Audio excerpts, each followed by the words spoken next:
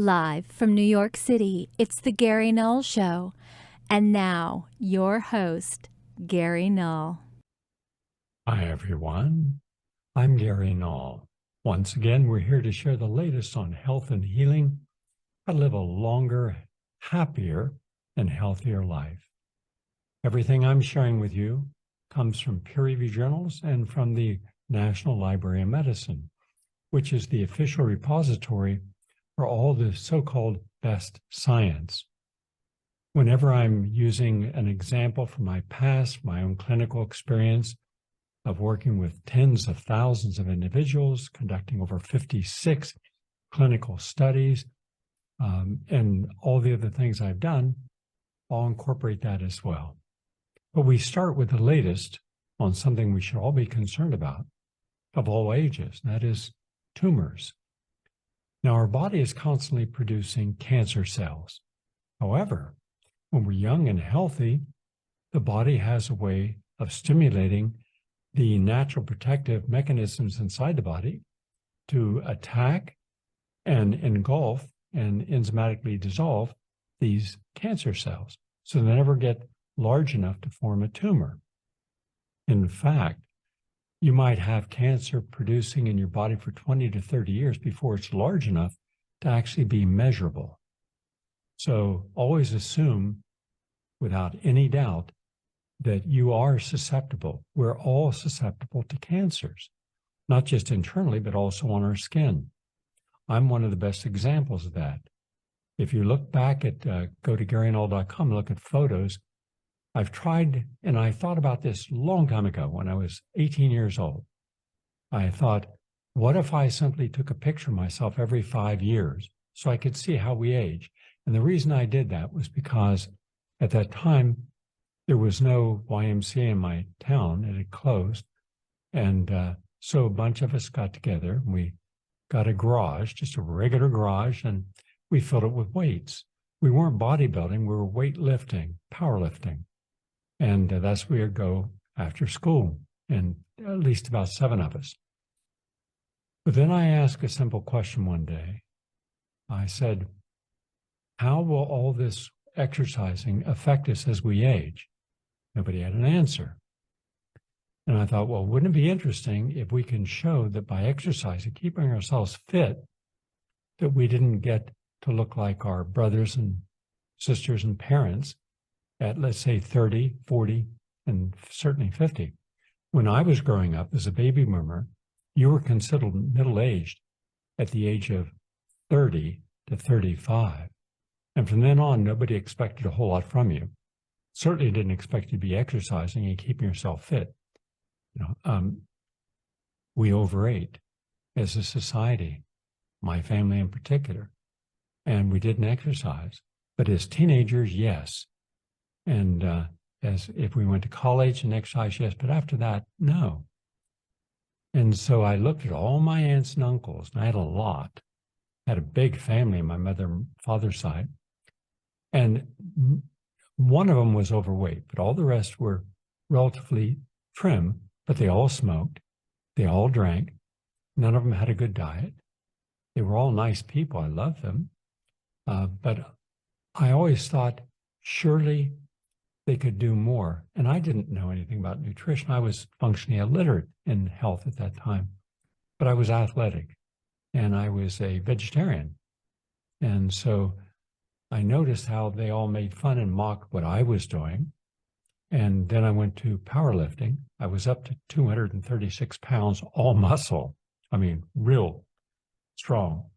And then that's when I started taking photographs. And I've done that my whole life. In fact, just a month ago, I took a photograph, one before the rain started. And then about 5 minutes later, torrential cold rain came down, which was good. I just put my mind in, good, the rain will cool me off. Because when you get overheated, it slows you down. And then you see me with the gold medal afterwards. And I post those simply as a reminder that no matter what your age, you can still be fit and healthy and have vigor and vitality. You can be flexible. You can have endurance and stamina and strength and balance that you wouldn't have if you didn't exercise. It's that simple. So I do that to inspire wherever possible other people that if I can do it, you can do it. I'm not special. So why don't you make yourself more motivated to keep in shape? Now, I say that because one of the things that you do to keep in shape is you eat the foods that are supplying the body's immune system with what it needs in order to keep tumors at bay. We have what is called natural killer cells. These do not increase in volume as much as they increase in their power to dissolve more of these cancer cells. So the more broccoli, Brussels sprouts, asparagus, dandelion greens, mustard greens, kale, the more of these and radishes that you eat, the more of the chemicals, natural chemicals, that are in the cruciferous vegetables. And you don't eat these raw, by the way. You steam them, because when you steam broccoli, asparagus, cauliflower, you soften the ligocellulose, the hard outer layer, and that allows the nutrients inside to be absorbed. Otherwise, they pretty much goes through your system, only partially digested. This way, you get all the benefits. Or you can cook them. For example, when I'm making quinoa, red quinoa, or brown rice or red rice, I'll make I'll stir in at the end some coconut oil, and that keeps the grains from sticking together, makes it nice and fluffy. It also protects the grains. But then at the end, when the heat is turned off, and before I put the lid on to let it to steep up and get rid of the water, I always dice up all of my vegetables, cruciferous vegetables, and I blend it in. And then I put the lid on, and an hour later I come back, and all that is nicely broken down, so it's easy to digest. And then I put it in a freezer bag, put it in the freezer, and then each day I have about 5 different grains. I have 5 different beans. They're all frozen, made them all at the same time. Now I can quickly prepare a dish. And you could do the same. It saves a lot of time and effort. All your seasonings are laid out. And since I use a lot of onions, a lot of garlic, I, dice up all my garlic, dice up all my onions, saute them together, then set them aside. I'll take, the carrots and peas and corn, saute them, put them together, and then I mix in the different dishes. That way I'm making sure I'm getting all my fruits and vegetables every day. So just a suggestion to make it easier for you not to be hassled by thinking, oh, I got to cook. Why not order a pizza? No. Cook in the one afternoon. Do your steel-cut oatmeal, your quinoa, your brown rice. Everything you're going to do it all at once. Mill it, and then just freeze it. Same way with juicing. This morning, after I cleaned out the barn and took care of the animals, and got them fed, made sure everything was good, then I went out to the orchard and I picked, I only pick fruit on the ground. I let it fall. When it falls, that means that it's the peak of freshness and full maturity. The enzymes have really matured it. So I picked some bananas, and then I picked lemons and oranges, grapefruit, and limes, and some other fruit, and cherries. And I brought them inside, and I juiced a lot of it. All the citrus I juiced. So I made myself over a gallon of juice, and then I put it into different containers. Like I want at least a half a gallon of juice a day.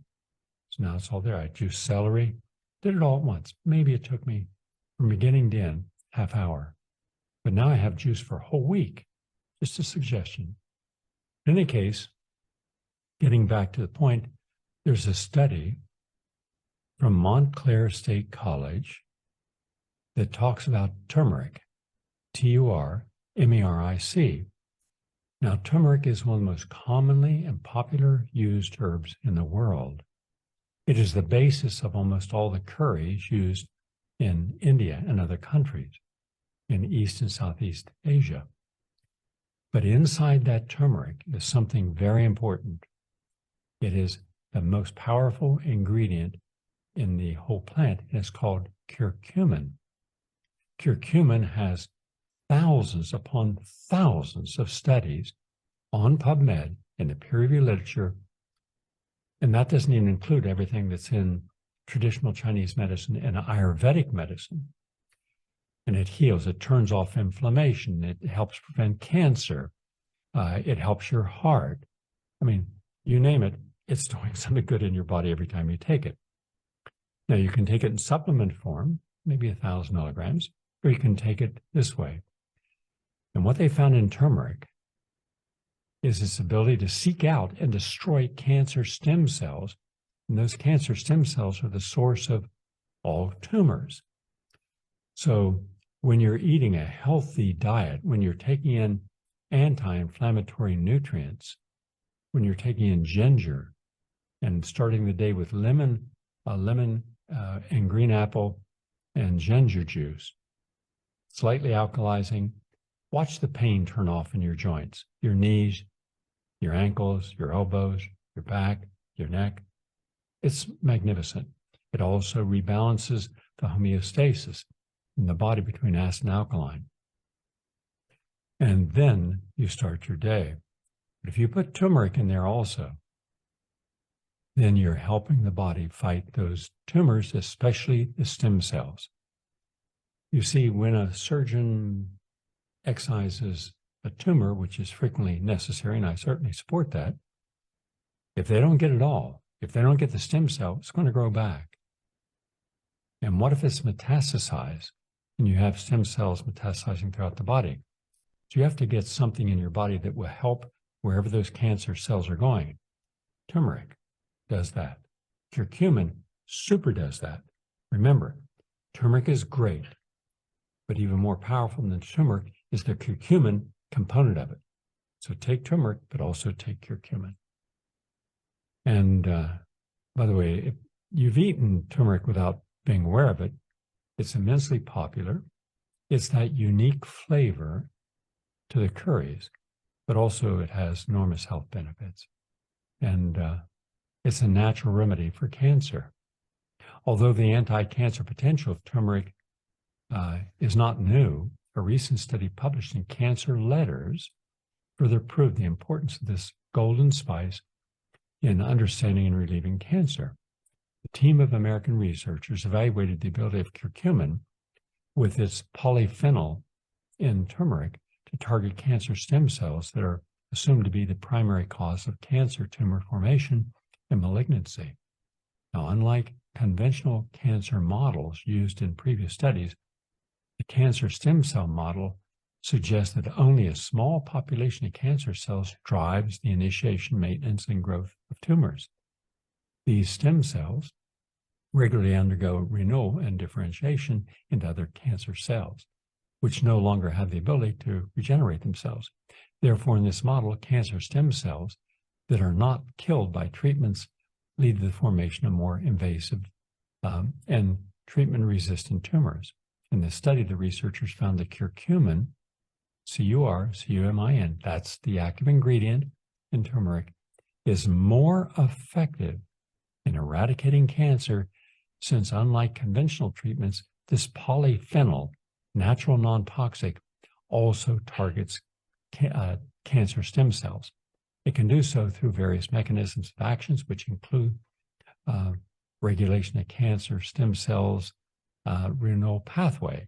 There are different pathways involved in the self-renewal of cancer stem cells. These include, well, I won't go into it's the sonic, hedgehog, 89, the SHH, and Notch pathways. There's a lot of these. Anyhow, the researchers found that curcumin can directly or indirectly interfere in these pathways in 12 different cancer cell lines, and that therefore stops them from replicating.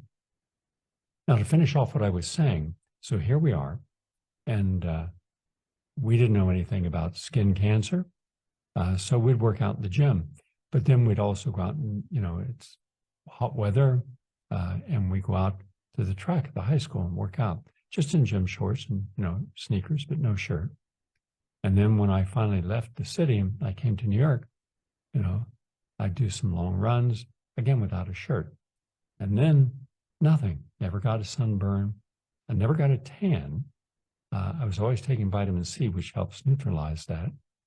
In any case, when I got down to Texas and the Healing Springs Ranch in upstate New York in the summertime, before the people would come on the weekends, I was up there on Friday afternoon working all day on the lawnmower, pulling poison ivy and oak and sumacs. Nobody got infected. So I was always out and exposed. But again, nothing was happening. And then went from there for 14 years, then down to Texas, the Healing Springs Ranch. And in August, when I would go down there, it'd be 110 degrees. I'd be out in the sun all day long. Again, nothing.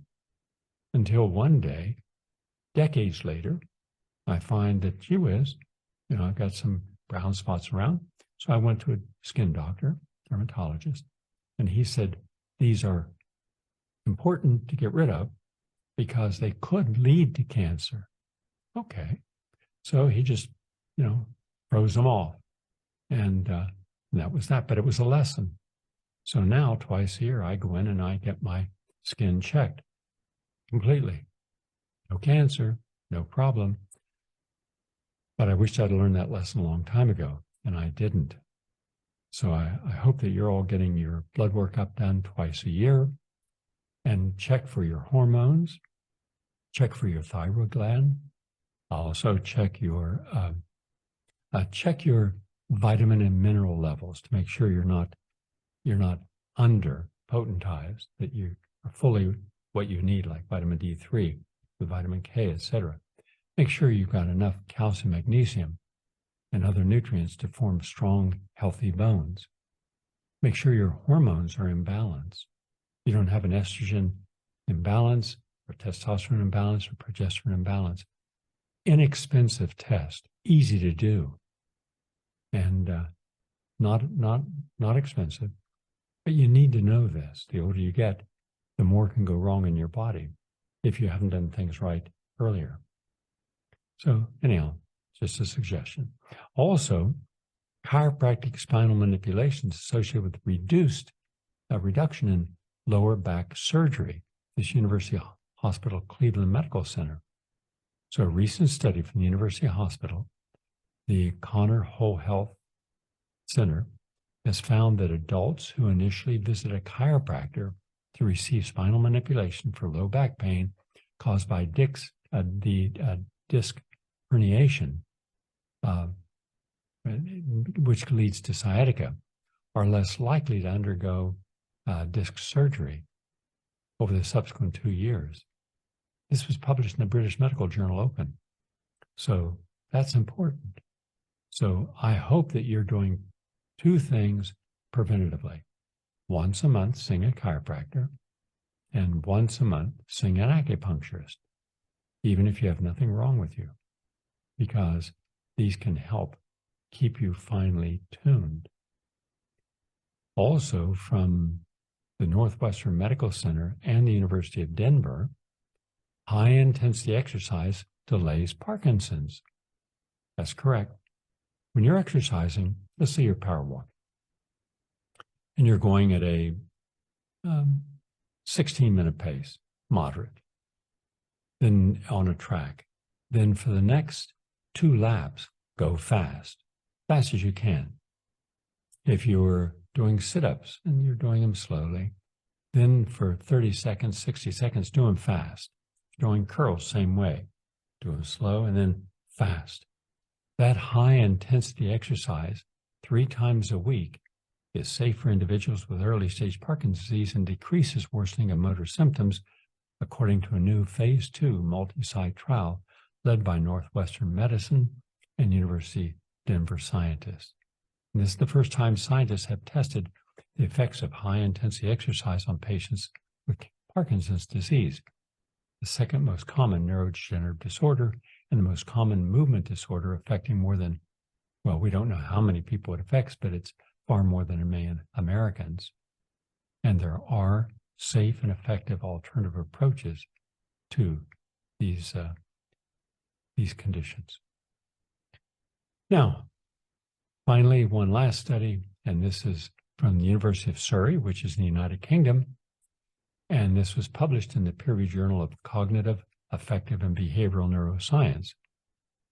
What they found is meditation adapts the brain to respond better to feedback. So therefore, by meditating, maybe 20 minutes a day, quiet place, no distractions, and let's just say that you used to start with a simple concept: de-stress, relax, just relax, calm yourself. By repeating this slowly over and over again and breathing deeply while you're doing it, and relax your breathing and just visualize yourself.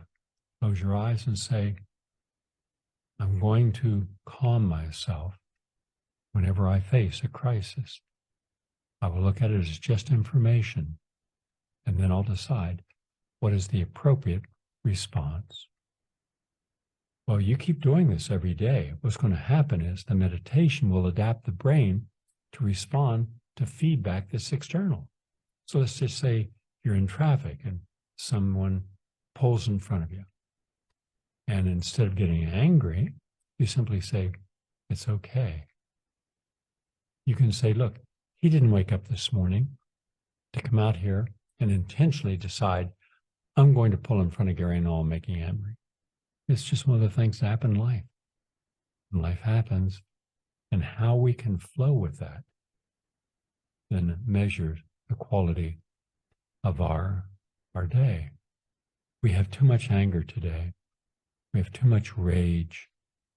We have too much people projecting out what they feel in. The Buddha said something interesting. I'll paraphrase it. He said, so you're angry. And by the way, the Buddha was real. And we know more about Buddha and the writings of Buddha and all the teachings of Buddha than we do about any other religious figure. Great religious figure. There's lots of documentation. But one of the things he said that really is important for all of us today who are feeling upset about something, you say, I'm going to get even with you. That attitude, you can't say that, you can't do that. The Buddha said, so you grab some hot coals and pick them up and you're ready to throw them at who you don't like. Who gets burnt first? All right? We hurt ourselves in the process of inappropriate responses to stressors around us. So meditation allows us to say, okay, I may not like what you say, but I'm not going to take it personally because you're not me. You don't know my motives. You don't know who I am as a person. You don't know my heart. So why should I allow you to weaponize a word with the intent of making me feel bad about myself?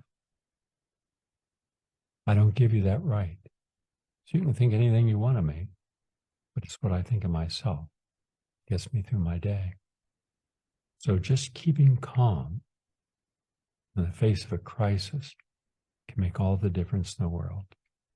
But by the way, you didn't have to have Buddha tell you this. Didn't your mother and grandmother said, up, stop before you say something and count to 10? Remember that? I'm sure you do. And that's because we have to have that moment to reflect before we react. We're a nation that's hardwired to react instead of reason. Use reason and you see things more clearly and more definitively than just reacting. With reason, you can stop before you commit yourself to the wrong statements. Just a thought. That's the latest on health and healing. And remember that every Monday morning at 6 a.m. on your computer, you're going to get the latest on health and healing. And that's free. But also, for Tuesday, Wednesday, Thursday, and Friday, if you sign up and you get more information and you get all kinds of premium information, but you have to sign up for that. That's not free, but it's great information. And I have a whole lot of new things happening. I mean, really exciting.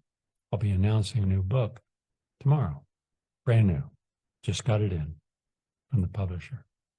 So there's a whole lot of great things happening. New documentaries, new articles, new investigative reports, new commentaries, new essays. I want to share them with you. This is one way we can do it. Go to GaryNull.com, scroll down, you'll see the Gary Null newsletter. If you believe that something is important that you heard on this program, share it with others. If you read something and you think, this is interesting, I didn't know this, share it with others. We do not advertise. We don't have a public relations firm. All we have is word of mouth. So anything that you have heard, read, observed on this program or writings, documentaries, share them with others. Word of mouth still counts. We're going to take a break and come right back. Please stay with us. Are you tired of closed-minded programming? Well, look no further than PRN.Live, the home for progressive voices.